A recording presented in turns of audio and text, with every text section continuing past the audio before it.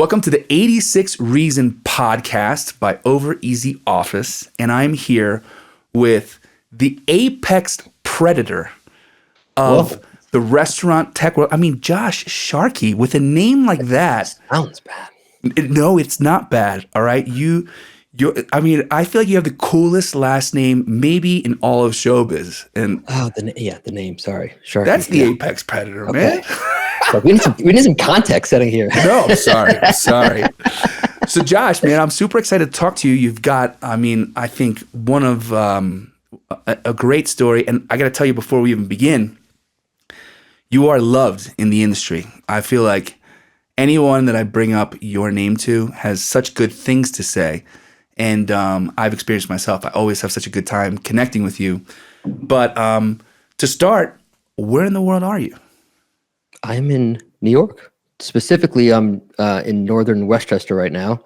I have a house near the Hudson River, and I'm sitting in my office. It's actually the new place, so Rad. I love it. Yeah, perfect. And we're going into Q4 of 2025.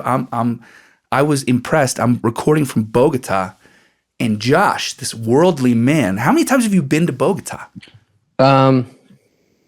Twice. Once for so I have a friend I traveled there with a long time ago, and she still lives there, and her family gave me a really great taste of everything Bogota. And then where did we go? We went to the coast to oh my gosh, Barranquilla or Cartagena. Cartagena, yeah. Okay. Oh my gosh, the arroz con coco in Cartagena, by the way, with the burnt coconut milk. Oh man, it's so good. Yes, but this was I think that I've been there once since to Bogota, but the first time I went was I think in 2003. Oof. I'm sure the city's changed a lot. My first time here was okay. Even so, man, 2005. Where was I?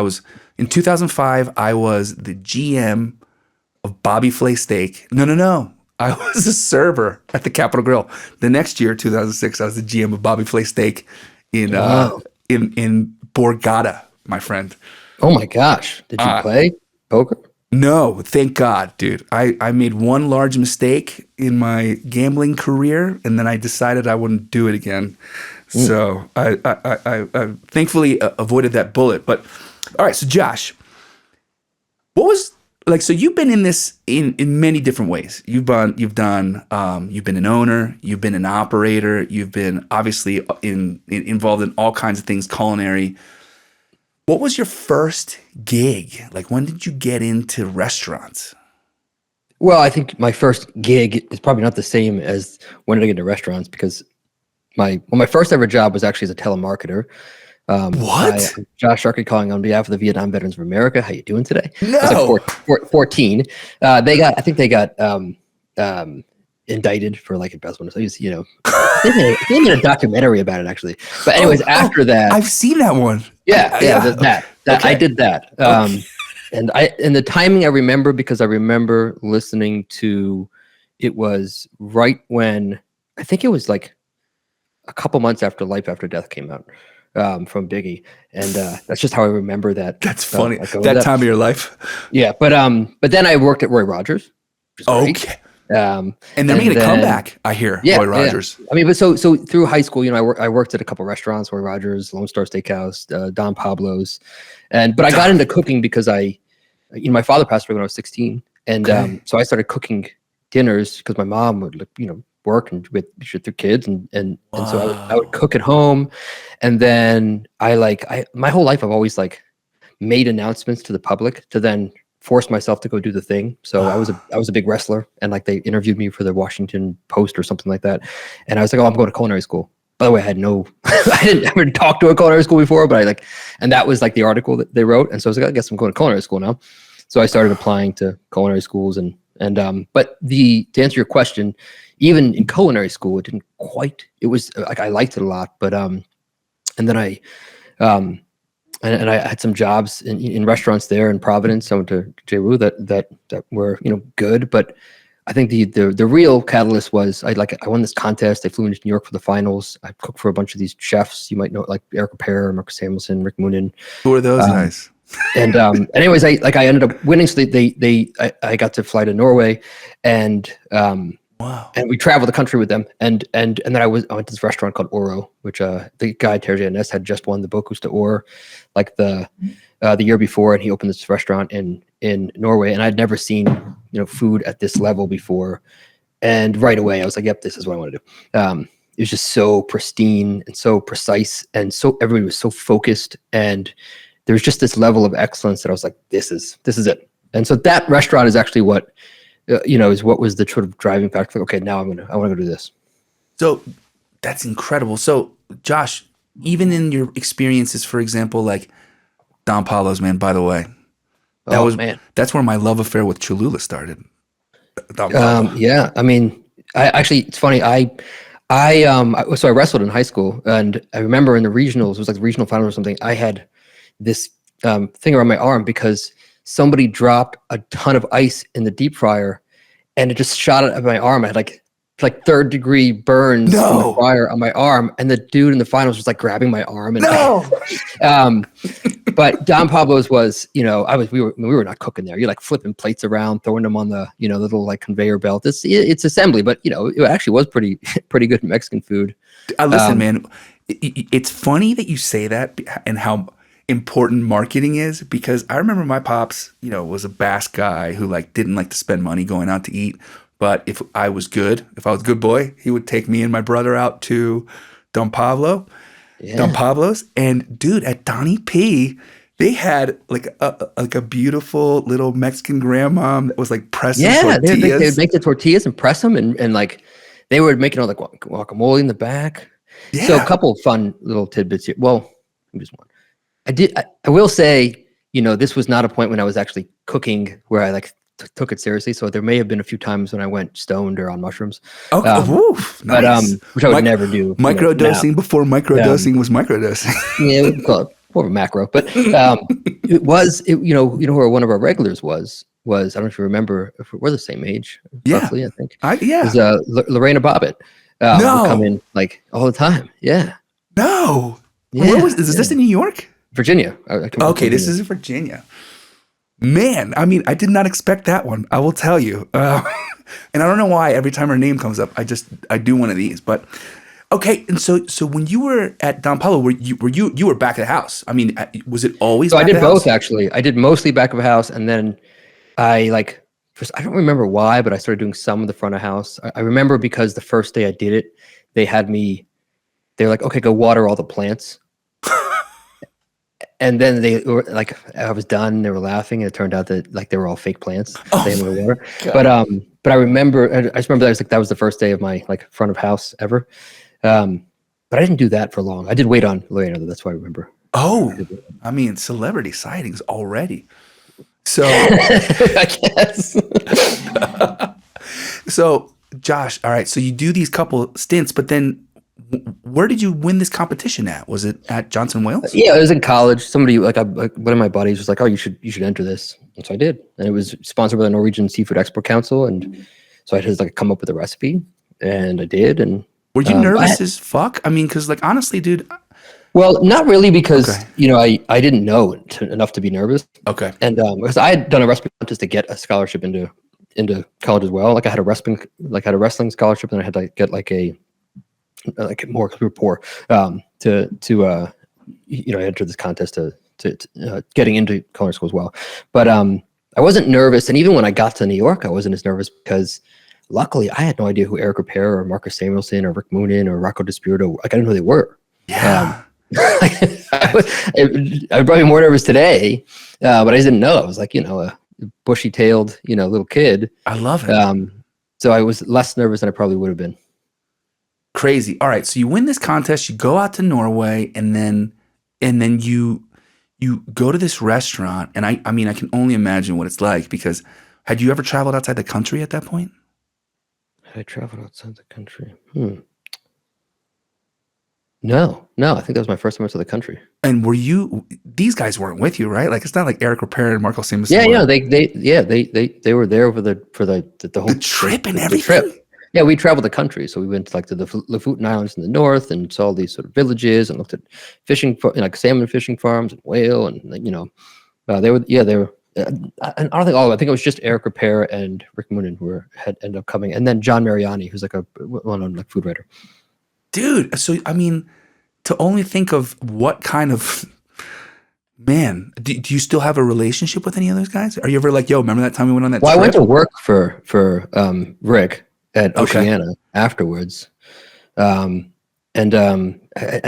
I always like question, why did I go work for Rick and not Eric? I mean, I learned a ton from Rick. It was great, Oceana, but I haven't spoken to Rick. Moved out to Vegas, and he's in Vegas now, and I haven't spoken to him, or maybe he's in Texas now. I haven't spoken to him in a long time, or Chef Repair. Man, okay, so you get back from Norway, and then your mind was blown, and so is that when you're like, all right, I need to like dig in? Like, what's your thought process then? Obviously, you go to work at Oceana, but like I feel like you've gotten to work at some pretty excellent. Yeah, I was all in. Right? I just I just packed up and moved to New York. I had $19, and this was back in '99 or 2000, whatever it was. I remember and it was Craigslist. So I found a basement apartment in Middle Village, Queens, for $500 a month. Never met the guy, never saw the apartment, and bought it. And rented off Craigslist and showed up. And that's how I got to New York. Wow! And then so you get to New York, and what's your first gig? Is it at Oceana? Yeah, Oceana was the first restaurant. And then where did you go from there?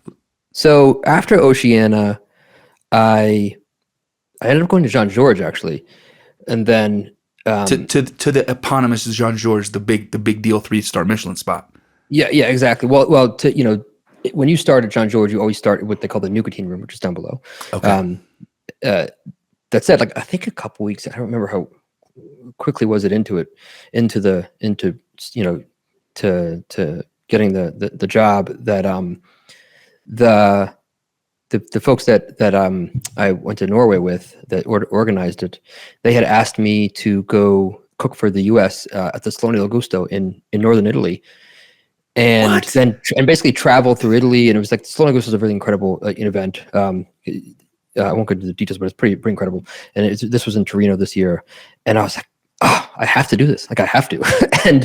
and I told the chef, I was like, hey, I'm sorry, but I really have to do this. And then I ended up like not being able to work there. They were pissed, which understandably, but I ended up, so I went to Europe, and then I stayed there for a while. So I like went to Salone del Gusto and cooked this dinner in Italy.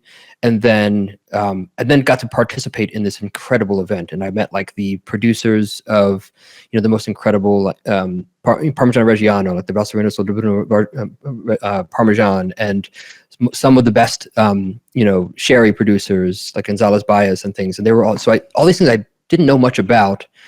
And so, pumpkin seed oil from Vienna, and so like I met all of these people and learned all these things. And so then I just stayed in Europe, and I was like, okay, I'm going to go to Spain now. I'm going to go to San Lucar de Barrameda and like drink some manzanilla and learn about that. And then I'm going to go to San Sebastian. I'm just going to go like learn and explore. And so that's what I did for a few months. And then I came back broke in like lots of debt, and ended up working for Floyd at Tabla. Wow. How long did this love affair with Europe last? Well, it was not necessarily Europe specifically. It's just that like I was like, okay, let me just go learn these things and do these things. It was I think it was I don't remember, maybe a couple months. I had like the Eurail pass, had some buddies that were there for a little bit of it, and then some of them went back, and I don't remember exactly how long, I think a couple months or something. Wow. All right. Then you come back to New York. You're working for Floyd, and when did you get your first chef job, or when did like your responsibilities start to change within the operation beyond, contributing on the line and stuff? Yeah, it's a good question, because I actually think it's maybe the wrong way to think about it. Because, like if you think of it that way, then there's this sort of complete switch that you're supposed to turn on when you become a quote unquote chef. And what I love about cooking is that, and I like employ this now with my team in my business, and I tell everybody this, is that you become the CEO of your temple, which is your station. And so I just never thought of it as anything like, even like a job. Okay, I have this this company, which is the sauce station or the meat station or the veg station, and everything needs to be perfect. I'm going to get there early. I'm going to get my mise en place together. I'm going to make sure so I think of it that way, but that's more of an aside. The first chef job, I think, was like when I became like a sous chef at Cafe Gray. I mean, technically they hired me as a sous chef at Boulay, but I was not a sous chef. There was a kind of a mess there. And there was I mean, the next job after Tableau was Boulay, and there was an incredible team there, like Evan Rich from Rich Table and Christina Tosi and PJ Kalapa from he's got a bunch of places. I mean, a bunch of really incredible cooks now chefs, and like the GM had said, hey, you should come on and be a sous chef, but I was not ready to be a sous chef at that restaurant, nor was I a sous chef, but they that's how they sort of quote unquote hired me, but I was not by any means. So it wasn't really until Cafe Gray, which was with Great Coons, that I kind of sort of like got promoted to more of a chef role. Yeah, I love the ownership mentality. I think it's you're yeah. It went silent for a minute, but I was gonna say that I feel like the moment you're getting yelled at as a result of other people's responsibilities, but you're in charge of, I feel like that's when you're really a chef, a manager, anything like that. When you become responsible for other people's actions, I would say, in my mind. Yeah, I think that's definitely a part of it. I mean, it happens when you're a cook too, because you might have prep cooks that do some work for you, and you're still responsible for making sure the mise en place is tight, even if they pick the herbs or something. But the measure of success being how successful the people that you manage is when you become, a manager. I don't know how you define that as chef or manager. I think there's the word chef, I think, has probably been, used in many different ways. I think it's sort of how you split it. That's true. And then, so Josh, you named some of the most important people and restaurants in the New York scene. And I feel like at some point when we met, you were actually helping oversee, I forget, the name of the group is now escaping me, but it was the LPQ group with Orify Brands. Orify Brands. So from that jump, because I feel like for a lot of people, the jump into a more corporate, or let's say, an enterprise role, right? Where you're not responsible for the four walls of one dining room, but you start to move into responsibilities across multiple brands or even just multiple stores. How did that transition happen for you? Well, it wasn't from the cooking and restaurants to that. So in 2008, I was planning to open a fine dining restaurant. I was like, that's what I want to do. And then great timing. It was not a great time to do that. I was like, anyway, so I ended up with this really talented guy named Brandon. Brandon Gillis, we worked on a concept called Bark Hot Dogs. And so I decided to open this like fast casual concept called Bark Hot Dogs with him in Brooklyn. At the time, that was very novel. It wasn't a thing. People didn't do like fine dining folks did not go and do that. And I got a lot of hate for it, actually, especially from chefs. Well, like chefs that I work like. How could you do this? Floyd, bless his heart, and obviously rest in peace. He was disappointed in me because he wanted me to continue being in fine dining, and I think maybe more so he was just looking out for me. Greg Kuntz not so much. I think he was excited just because he's entrepreneurial, but that was what I did first. So I sort of took my fine dining world and I said, okay, why don't we like fill this gap? There's no real good food that is affordable, casual.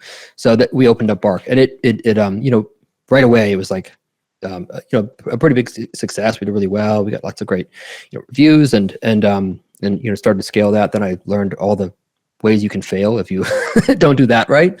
Sure.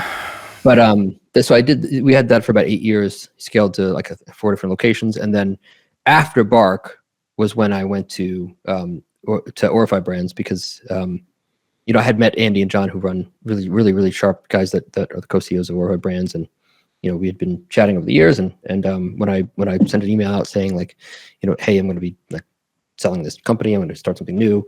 I think Andy maybe emailed me like 10 minutes later, like come to Oh, Orify. sick. Yeah. And I was like, no, I don't want, I want to do this other thing. And we did that for a while. And then finally it was like, okay, I'll come here. I'll come to Orify. And then can you just help fund this like thing I want to build, Meez.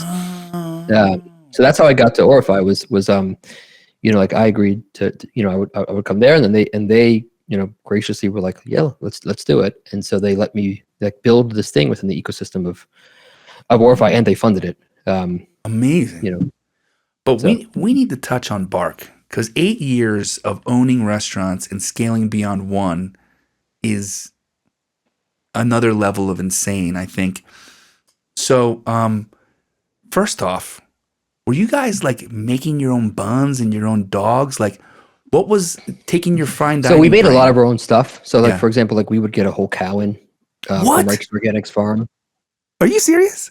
Yeah, I mean, so yeah. So like we would get the whole cow from Reich's Organics. We would send like the ribeye to Jake at Dixon's, this is like butcher shop in Chelsea Market. But we'd take the rest of the cow. So I would up to the farm, work with the slaughterhouse to say, okay, here's how I'd like to break it down. Here are the pieces. And so we would get the whole cow in to the restaurant, and then that's how we made our burger. And we made pretty much everything from scratch. We made sauerkraut in the Chardonnay barrels, and we would make our own heirloom baked beans, all this stuff. The hot dogs. At first we were like, okay, let's do this, and then we very quickly realized there was this really incredible guy upstate in Rochester, and we worked with him on a recipe for us that was sort of our Bark hot dog, and then we made this kind of smoked lard butter that every hot dog got basted in. So, Dude, it sounds so good. Has there ever look? I never got to go to Bark, which sounds like it would have been a ridiculous hot dog experience. Or like, I think Simple Things done really well is like the aesthetic that I've always loved the most. And I never got to go to Hot Dogs, which I know was another like incredible spot. Is there anything like similar to that these days? Like, I know you were probably 15, 20 years ahead of what people could truly appreciate, but like, is there anything like what you did then now? Have you I'm come sure across it? there is. I'm sure there is. I don't know of it, but I'm sure that there is. But I agree with you, by the way. Like, actually, the hardest thing to do are the things that are really simple, right? Can you perfectly toast a bun? Can you choose the right bun? Is it the right bun for the right hot dog? Is it, Yeah. is it like, how are you, are you steaming it or are you griddling it? And then how are you holding it? Or are you doing it to order? And, when you finish it, like, where does it go right in the bun, or do you have to bring it somewhere else first? And then how do you think about the toppings? Is it the right acidity? Is it the right sweetness? And you have to taste it all together, because things get lost when you have a bun. You lose more, things get diluted. All that stuff.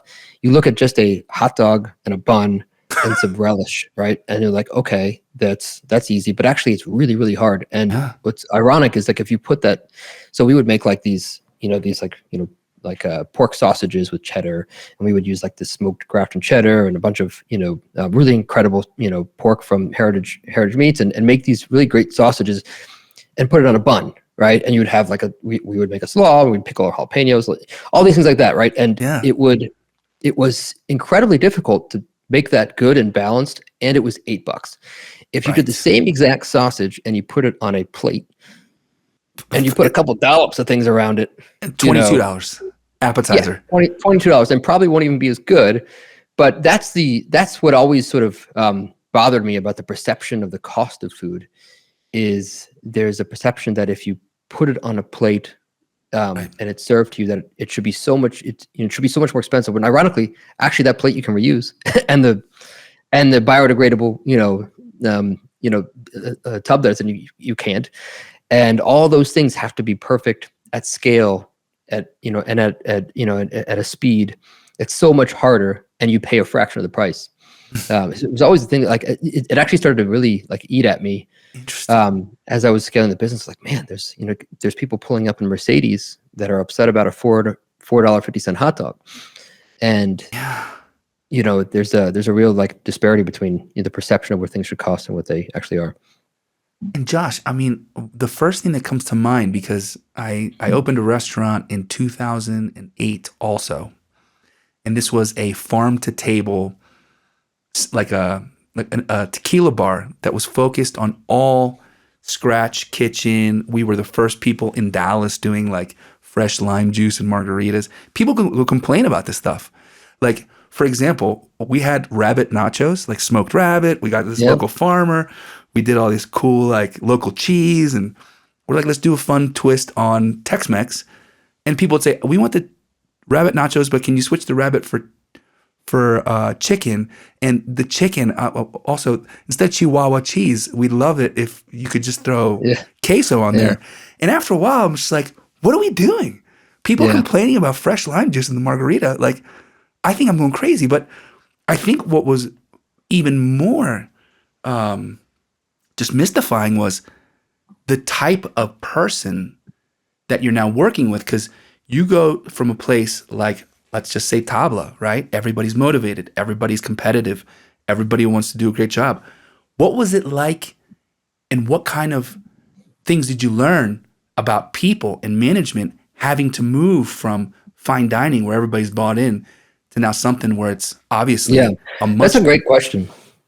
It's and there's so much learning there. And actually it's driven so much of what I do and how I think now, because and by the way, I think this should be applied to fine dining regardless, because it's typically not. In the fine dining world, typically like there's an ambiguous recipe, unless you're using these, and then it gets made wrong, and then the chef yells at you, Adds and you don't actually know why, right? And then you just sort of, you don't even know what good looks like. Right. And Eric Bromberg from Blue Ribbon, said something to me that's probably he thinks is innocuous, but I remember from many years ago, I was helping with this restaurant, up in Vermont, and he said that you have to create an environment where everybody can be successful.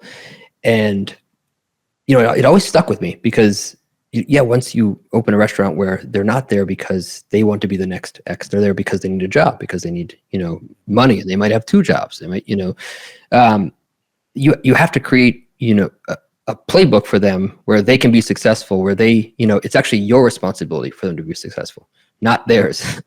And of course they have to, of course, follow the playbook, but their ability to be successful should be very quantifiable, and it should be very easy to understand how. And to do that, you have to really set that up, right? You have to have process. You have to engineer, an environment that works for them. You have to have recipes that are dialed in, process that are dialed in. You have to think through all the steps of service. You have to think through where you put things in on the station, because they might not think that. So my biggest, learning as it relates to people is you have to, you have to set them up for success. And then further, right, it's when you have that environment. Now, look, it was a little bit of a blend, because we did think about like creating really delicious food. So it was a part of the culture at Bark, but it's not always that way, right? And it isn't that way for everything. So then you have to think about, okay, what are the other ways that you motivate people, right? Yeah. You have to make them feel like they have an impact. You have to make them feel like they have a voice, and those are things you don't think about that as a chef and fine dining. Just at least most people don't, and that was a big takeaway for me. Crazy. So, all right, to put the period on the end of these hot dogs, because I love the name, by the way, Bark. I just want to go there just to buy a T-shirt. But do you have a favorite? You go to the supermarket, you're grilling for family. Is there a store dog that you subscribe to, or do you go fancy? Do you have like a go-to dog resource? Yeah. So I don't have a go-to dog, and there isn't a store dog. Look, I will say, I'm from the Ashkenazi, background. All so beef, Hebrew National National is always delicious, but honestly, like my daughter likes it kind of any hot dog. So typically it's just the Whole Foods hot dog. If I'm gonna go like grill, actually, because my wife loves this too, is we always buy cheddar brats. Like, so much, like Newski's makes a great one too. Yeah, okay. Newski's actually makes a really good one. Cheddar brats with something spicy is really good. So I typically get those instead of. All right. So you're going for, you're not going classic. You want an elevated dog experience. And are you kraut? Are you mustard? Are you spicy? Are you if yellow? It's a hot dog, if it's cheddar brat, I want something spicy, like really spicy. If it's a hot dog, like I'm going to like I'm in New York, and I'm just gonna get a dog off of a cart. I typically will go sauerkraut and mustard and ketchup. I always put ketchup on. Okay. The ketchup is a bold move, my friend. You know what? First of all, don't make your own ketchup, please. Thank you. Just buy Heinz. Thank you. Just stop it. And second, like, why do people hate on ketchup? I don't listen, man. Look now. Oh, I heard something about this. So something about in Chicago. Oh, got it. All right. So here's what I heard. I don't know if it's true. I'm just going to pass it along. I'll take 30 seconds and then we can put the ketchup to bed. But supposedly in the old times of Chicago, what they would do with all of the pieces of meat that wouldn't sell in the stockyards is they would slow simmer them supposedly in like a ketchup based sauce in order to hide like if meat went spoiled or wasn't good or whatever. And I guess some mayor came in and started putting more like, HACCP plans, whatever, like putting more health inspection in the type of meat you were allowed to buy. And he or she put this whole marketing plan together saying no ketchup, that's all only in place so that you can hide the quality of beef you have. And it became this wild thing from there. That is I never heard that before. I will say, and I don't know if this is for your whole team behind you as well. Yeah. I don't know if this is a common thing in Bogota, but I had chorizo that was basically braised in Coca-Cola. Chorizo braised? Is that a common thing in Bogota? Raquel, let's get Raquel in on this one. It was like simmered in Coca-Cola and then they grilled it and it was unreal delicious. So let's hear from Raquel on this one. This is chorizo braised in cola. Chorizo, and they would simmer it in Coca-Cola and then grill it. Yeah, that's something that we do here as well. And it's also common with just regular hot dog sausages. It's something you do with hot dogs. Oh, really? Yeah, not only with chorizo, but some people, we do it here with regular hot dog sausages. Have you had this, Raquel? Yeah, it's sweet. It's nice. Yeah, when was the last time you had a Coca-Cola braised piece of meat? I can't remember the last time because I've had a stopped on maybe. Okay. So here's another on that, but that's something. It's something that is popular here. I have to say. Okay. I don't know if Raquel would know this, but like, where do you get good sancocho in New York?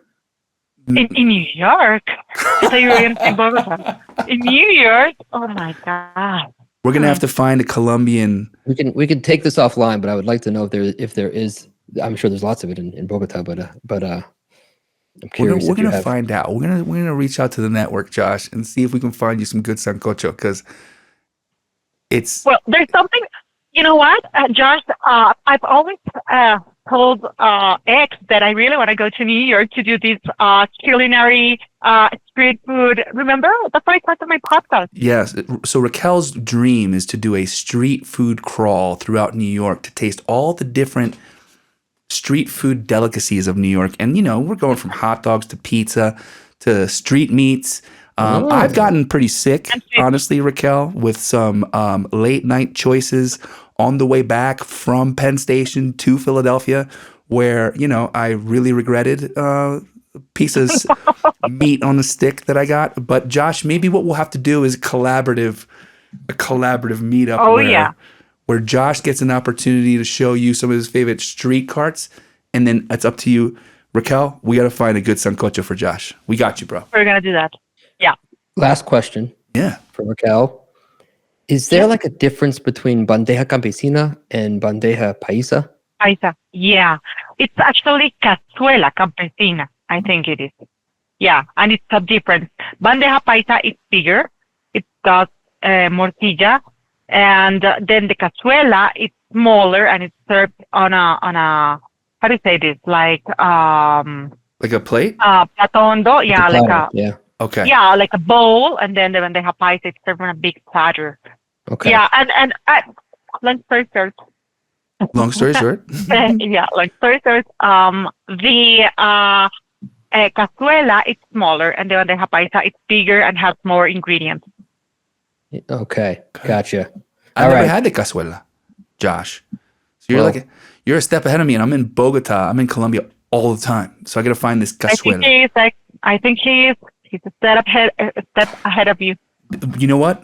You should take responsibility for this, Raquel, Oh because my it's God. your Oh my fault. God. I knew it was coming. I knew that was coming. You're my culinary manager, okay? Here in Bogota. Have you so- have you had good ajiaco there yet? Absolutely have. I've had multiple versions of ajiaco, and I was never. One of the things that was most surprising to me about ajiaco was adding capers to soup felt like it was going to be a big mistake, but it wasn't. It was delicious. So, capers in a broth is like, oh, what the fuck is going on here? But it was fantastic. I really enjoy it. So, ajiaco is delicious.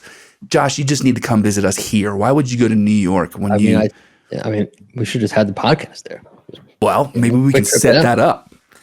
So, All right, sorry to derail. no, this is exactly why you're probably into what you're doing, because your love of food, it oozes out of your pores. So, all right. So don't make ketchup. And now we're moving on to Meez, my friend, because first off, when you had put together the idea for Meez and you approached the guys from RFI and you'd worked out a deal where you guys would collaborate and you'd help on the operations side, and obviously they would start getting behind this tech product. Was it based off of your experience in Bark, or was there a specific thing that like really was calling you for this? It was a compounding effect. It's Okay. like I feel bad because I've told the story a lot, but the impetus originally was when I was much younger. This was in 2002 or 3.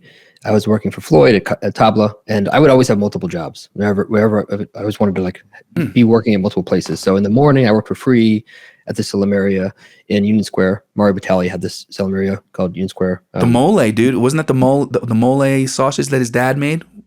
Well, he made everything, but this was like, pancetta, prosciutto, guanciale, everything. This guy, Dan Latham, ran it. And so I worked there, in the mornings, just like doing whatever I could learn. And then I kept notebooks like everybody did. And I had a notebook of all the recipes from everything I was learning. And then on my day off, I would just stage at restaurants because that's what you do. You just go to learn at other places. And so I was staging at this restaurant and called Veritas, and I lost the notebook. And that was the original, like, oh my God, I need to digitize everything. So the original idea was I want to digitize all my recipes. Okay. So then, of course, as I started working at more restaurants, and then as I started having to like understand food cost and understand training, and I remember being at Cafe Gray a couple years later, and we would go to Montreal for the festival in Lumiere every year, and like essentially chefs from around the world would go and take over a kitchen. And so Gray and I would go and take over this kitchen and run a tasting menu, and they would prep a lot of the stuff ahead of time. There's some trouble getting stuff across the board and things like that, but like you would show up, and then you'd work with this team there. And it really was me, because Gray would go, everyone would talk to him, so I had to go run this kitchen. So I remember like having to build very, very precise recipes, making sure to convert everything in grams, having things in French, right? Video recording these things. Really? And I sent them CDs of, because it was very, it's like, has to be precise. Like we make this truffle soup, there's making this like blanquette de veau. And I was like, but like we had a special way we did it. And so it had to be precise. And so I sent all this stuff digitally in CDs and I mailed it to them. What? and I was like, man, this is crazy.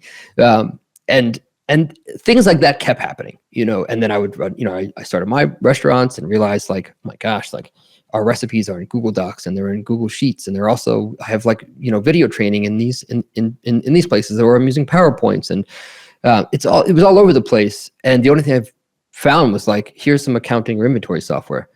I'm like, cool. But like, I'm talking about recipes. Right. Like, and they're like, well, yeah, you could put a list of ingredients for a recipe there. I'm like, no, I mean like recipe, dude. Like, right. I'm trying to actually make it. It's like they were saying, hey, Tesla, you should design your engine in QuickBooks, right? Yeah, right. Like, because that's where all the parts are. So yeah, you list all your parts are. Like, no, I'm talking about cooking a recipe. And nobody even thought about it, let alone, was building anything. And so I was like, okay, well, I just need this. It wasn't even a business idea. It was like, well, was actually at first, it was like, I just need to build this because I wanted. Right. And I tried a couple times with like, just like funding it myself with some, developers. And I was like, okay, this won't work. I need help. So then that's when it became like, okay, well, we're going to need to really build this thing right. The way I thought about it was, and I don't want to get too like tech-ish, but like, this guy named Peter Thiel that like has this philosophy of like anything that you build should be at least an order of magnitude, so 10x better than anything that exists, or it should not compete with anything that exists. And the way I thought about this was, well, we're going to replace Google Docs and Google Sheets and PowerPoint. So we have to be, an order of magnitude at least better than that, because that's where everybody puts their recipes. And then we can't compete with any back office. Like we shouldn't be like in the same conversation with inventory systems, because that was unfortunately, and still is kind of like erroneously how people think about it. So that's how Meez sort of came to be. Serendipitously, when I went to Orify, I had this notion of what I wanted to build, but then I realized at scale, oh my gosh, there's just all these other like opportunities, and impact when you have 100 restaurants or 200, and or if you have 10, but you have 10 million, 50 million in revenue, where like there's a big impact in terms of executing and food costs. So that's how Meez became what it is today. It's an incredible thing that you bring up, specifically around the inventory platforms that are one size fits all, but it speaks to maybe the quantitative portion of it, which is I put 40 pounds of beef and whatever in my meatballs, but it has nothing to do with how you're going to execute it and how it should taste, and if you're going to caramelize the onions and what's the color of it, and should they be cooled down before you add them back in, and how do you mix it by hand in a machine like that, the technique, the all of the things that go into a recipe. I mean, trust me, you give me a pan, you give 8 people salt, pepper, olive oil, and a chicken breast in the same pan, and all of them are going to taste differently. I mean, they're all going to be a different chicken. Yeah, no, it's so true. And it's funny because people forget that like this is a food business, and it's tough because I try to be careful. Like, it's at times I felt very insulted that like this was what you were sharing. Like I'm like, hey, I need recipe software, and you're giving me your back office system. And it's part of just the DNA of what you build. Like I would not ask QuickBooks to then go and build me a recipe tool, right? Yeah. And I think that's what happened is like, oh, well, there's recipes, so we'll try to like, custom fit some piece of it to make it recipe too. And it's like, it's either you do or you don't, and I think there's just so much that goes into thinking about how to manage, your IP, your recipes that has nothing to do with the finance system that there is a lot that does, right? And so you have to have that connectivity, and that's what we try to do, is connect with those systems really well. But that's what motivated me most, was like, man, like this isn't fair. It's not fair that you're told this is your recipe platform, because again, it's just like you don't ask an architect to go design the building or the equipment schedule in an accounting platform, right? Yeah, they have a tool built for that. They have AutoCAD, or they have whatever, because that's how their brain thinks, and it's right. And it's creative, and there's iterativeness to it, and then the output of that is a finance system. And so that's really a lot of what drove me to keep building this. Was this isn't going to happen by unless I build it, because the only thing that exists today are back office systems. And by the way, they're great. They're necessary. You have to have them. Sure. They're just a different thing. They're totally a different thing. I agree. And so what do you think? I often am surprised, and I don't want to say surprised. I think there's a disconnect often, exactly to what you're speaking to, between the quantitative part of it, which is like, here's what makes up my recipe, and the qualitative part of it, even to the simplest portion of yields, right? Hey, do you bring in pre-cut 6-ounce slices, 6-ounce pieces of salmon, or are you breaking your own salmon down? And what are the average sizes? And I have to imagine that you are interacting, and your team interacts with a variety of experience levels in terms of recipe. So How do you believe that you can start to help wrangle the industry into a place where they're actually understanding how to build a proper recipe? Like, has that been a challenge? And have you guys tried to employ ways to get people to understand the small impacts that things like yield and portion size and all of the and batch recipes have on how it interacts with the product or with your platform? X, you cut out for just you cut out for just a minute. So if you don't mind, I'm probably edit the post well, but like, can you ask that? Repeat the Just question? repeat this the last like 30 seconds because I heard how do I help the industry? Yes. You cut out. Okay. So my question, Josh, was based on all of the different types of chefs and operators and their experience level and what their idea of a recipe should look like, how have you and your team had to help them develop ideas or techniques around how to actually build a recipe? Like, because I have to imagine every single restaurant. Yeah. No, I got you. So, I mean, first of all, the way I think about this is a little bit differently in that like our job should be to help build a tool that adapts to how you write a recipe. I think too often people think about like a tool to solve a problem, and a tool should be something that like you have a problem, you know how you want to solve it, and there's a tool that will help you do that well. And as opposed to like, I have a problem, so let me get a tool to solve it. And I think that's important, right? It's important, way to just to think about, about tools in general. But, the first thing that we do is we want to create a universal format, like a universal way in which recipes can be written so that they can then be structured and pushed to other places that you need.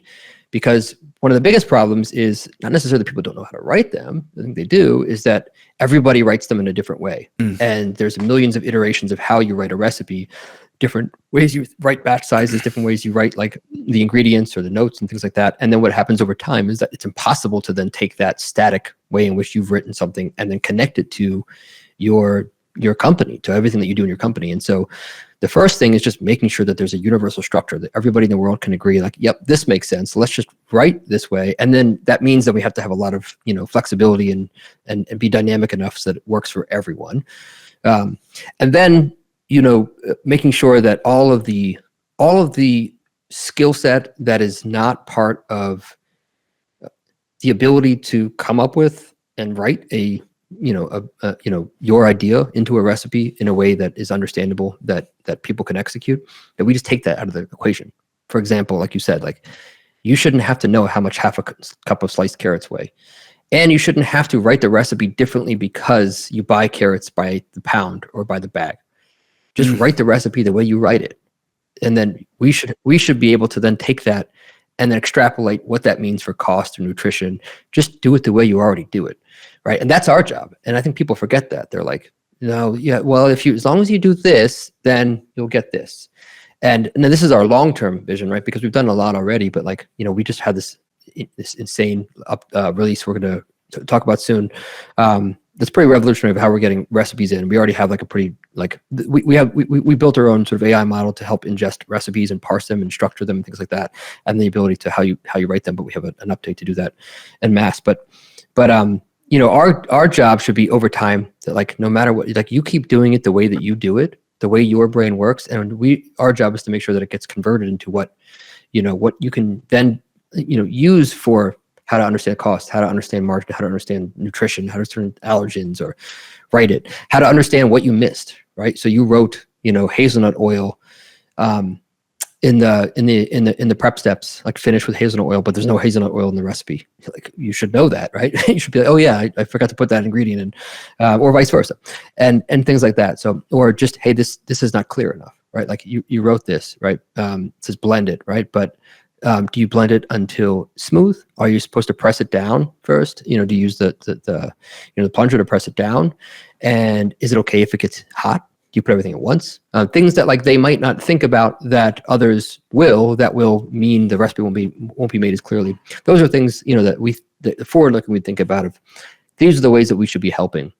And then just removing the things that are not key to what your job is of creating delicious food and making sure that it's, you know, something that people can execute.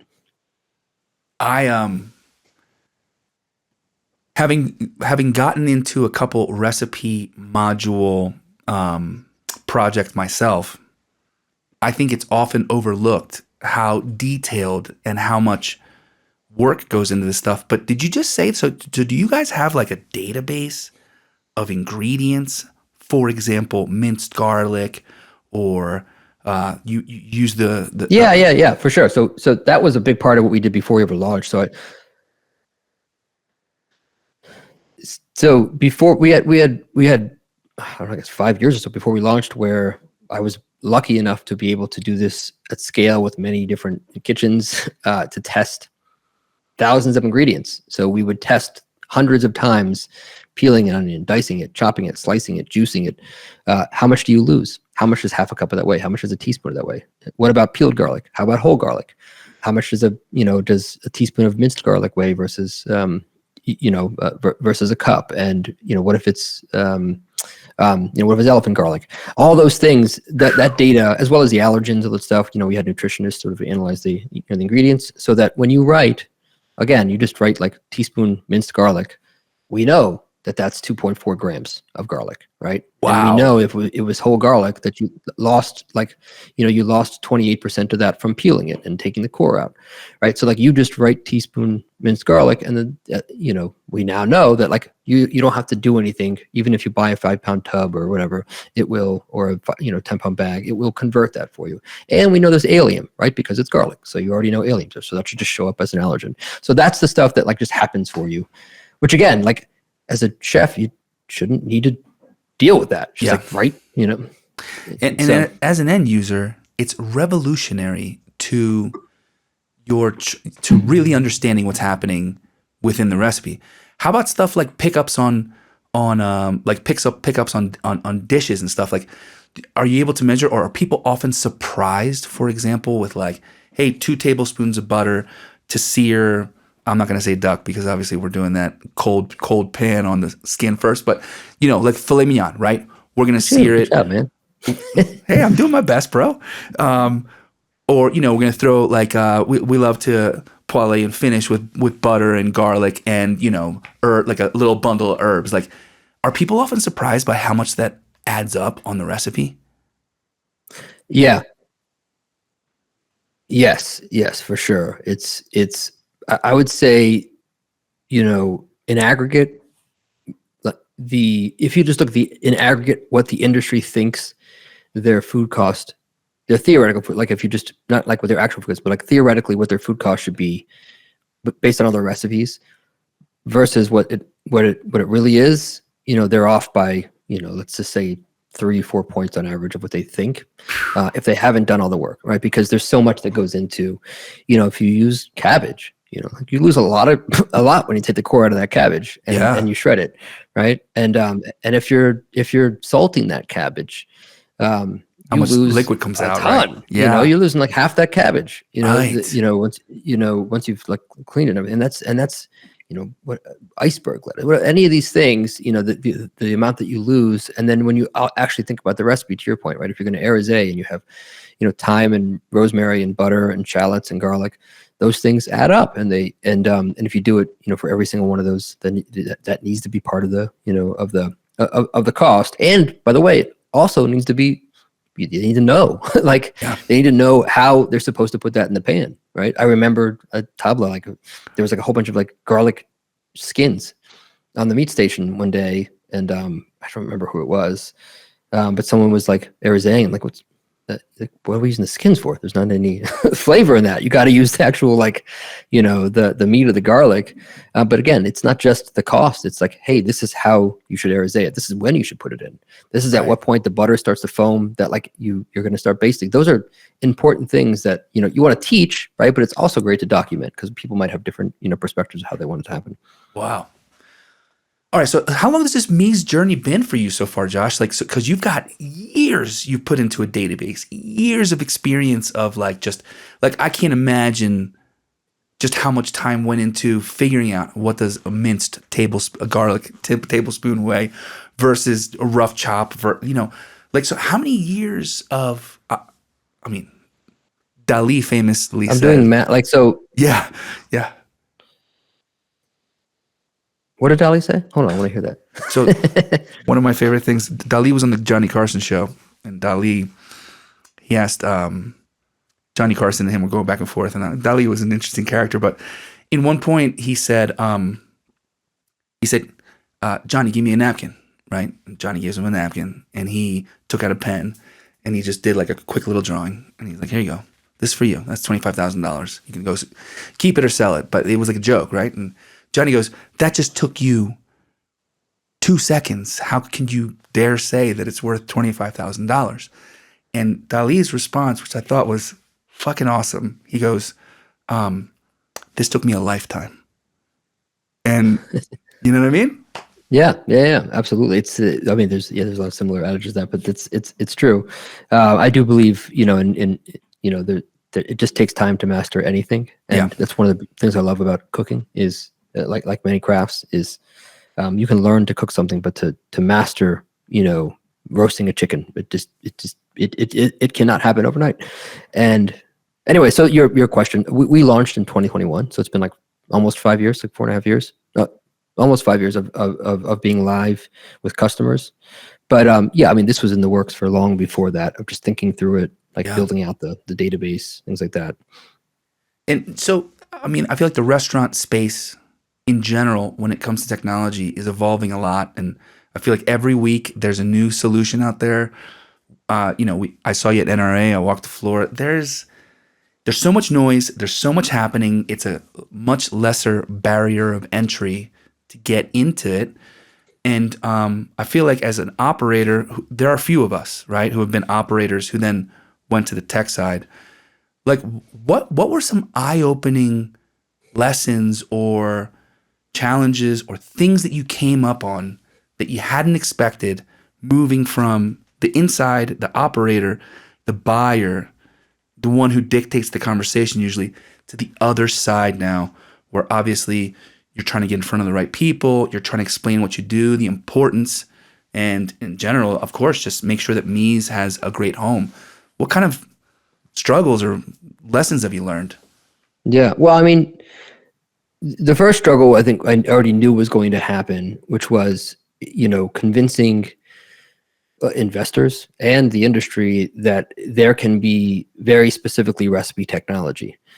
And, and I'm not gonna lie, there's been times throughout this 5-year period, and maybe even recently, where it's such a challenge at all times to stay true to that and just be that, where you've had customers asking for the things that back office systems do. And we have built some of them, and some of them, okay, some of them maybe we shouldn't have, some we pass off. But to be the best, to accomplish the vision that I would like for this company, to become the universal recipe medium, we need to be maniacally focused and be diligent and have the discipline to just focus on this, even when there's opportunity, even when there's short-term revenue, even when there's other things that could come about, to just make sure that we stay focused on that vision. And so I'm pretty, I've only now recently, even though it's 5 years in, truly understood the value and importance of that discipline. And we're sort of going all in now. So that's always been the biggest challenge. I think it's probably the biggest one for anybody, because if you're going to build anything great, at least for me, like, it has to be something that is contrarian and right? So like that most people are not doing, and it works, Yeah. Because not to say you can't be successful, but to have it like that kind of impact. So that still is the biggest challenge, to make sure that we stay, focused on that. I do think that there was a assumption of, because everything that I had been through in my career, and then having the luxury of running restaurants of my own for a while, and then running this really large restaurant group, of an assumption of the understanding of more of the detail around calculations and things like that were not understood widely enough. And so we had to adjust the UI because of that, so they understood what it means and how to do it. Yeah. Otherwise, I think one of the biggest challenges in the restaurant space is data. What's interesting is we have we have the recipe data, right, which is incredibly critical to understanding your theoretical food costs, to be able to look at reporting, to be able to look at all kinds of things that you would like to do. And by the way, we want you to be able to use that data however you want. Mm-hmm.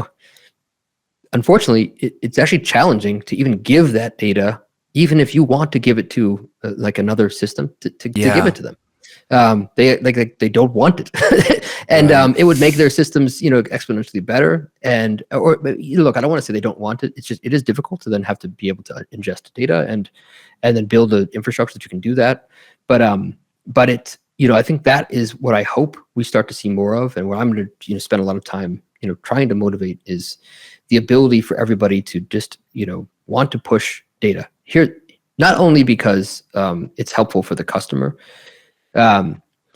but you asked about like what's changing in the industry. Like everybody in the tech space probably hears this of like every day someone saying, well, with AI I can do this, right? And you can't. There's a lot you can do. Now building I think if you know enough about tech, you know that like building the architecture of the ability to do that in a scalable way over time, repeatably and accurately, just using like GPT or something is like, it's a lot more complex than that. But people see that AI can do a lot, and so they have expectations of what you'll be able to do. And especially at scale, there's a lot of groups that will just be able to do more, right? And what they need is to know that like if you are a system of record type platform, for example, whether it's the sales data or the recipe data, or, the purchase data, that I can make sure I can take that data and do what I need to do with it. And if you can't do that, you probably it makes it very challenging for these operators because they can do more now. They can see more, and they can